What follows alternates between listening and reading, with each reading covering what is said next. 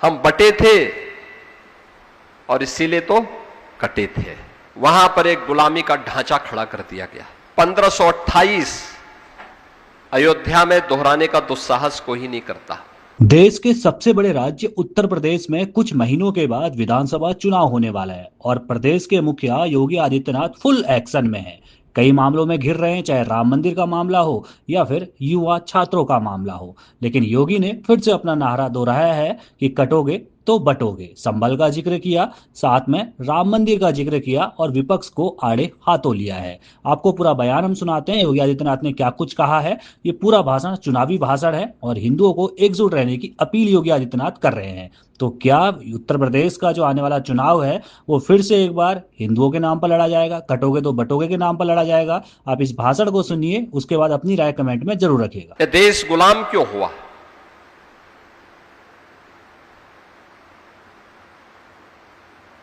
हम 2026 में हैं।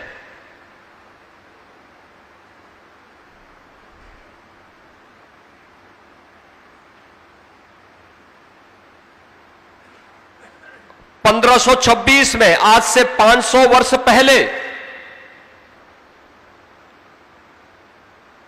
आज का जो संभल है, इस संभल में श्री हरिहर मंदिर को तोड़ करके वहां पर एक गुलामी का ढांचा खड़ा कर दिया गया। 1528 में अगर उसकी प्रतिकार 1526 में एकजुट होकर के संभल में हुई होती तो कदाचित 1528 अयोध्या में दोहराने का दुस्साहस कोई ही नहीं करता।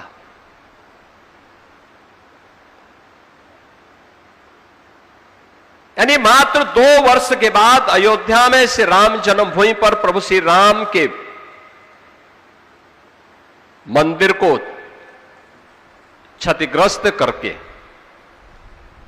सनातन धर्मावलंबियों को अपमानित करते हुए एक गुलामी का ढांचा खड़ा किया गया।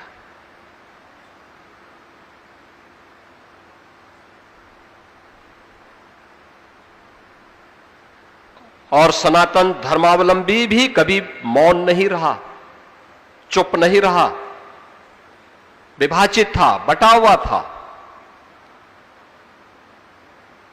गुलामी के पूर्व ऐसा नहीं कि उसके पास बल, बुद्धि या वैभव की कमी रही हो, वह सब कुछ था। कमी थी तो एकता की कमी थी।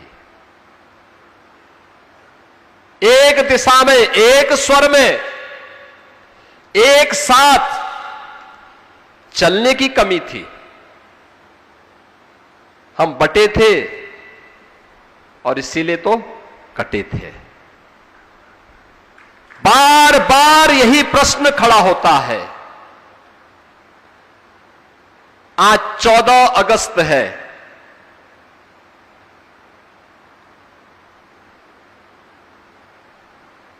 (14 अगस्त 1947) को, आजादी के एक दिन पहले,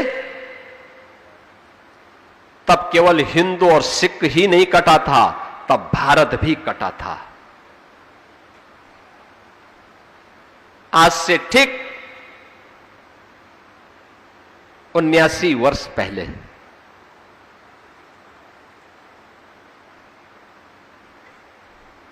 सनातन राष्ट्र के रूप में जो भारत आदिकाल से एक इकाई के रूप में रहा हो,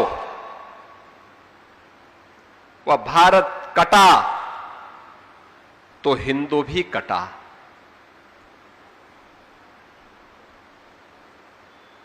कोई प्रश्न नहीं पूछता। आज भी जब पाकिस्तान और बांग्लादेश के अंदर निर्दोष हिंदू मारे जाते हैं, काटे जाते हैं, और ये हर व्यक्ति जानता है कि मरने वाला जो हिंदू है ये सभी दलित समुदाय से है, एक भी जवान भारत के अंदर उन राजनीतिज्ञों के मुंह से नहीं निकलती है जो भारत के अंदर एक होने वाली किसी घटना में हाय तौबा एक करके पूरे देश के अंदर घूमते हैं। पाकिस्तान हो या बांग्लादेश, इनके मुंह से एक शब्द नहीं निकलता, वहां की घटना में कोई शब्द नहीं निकलते, वे मौन होते हैं।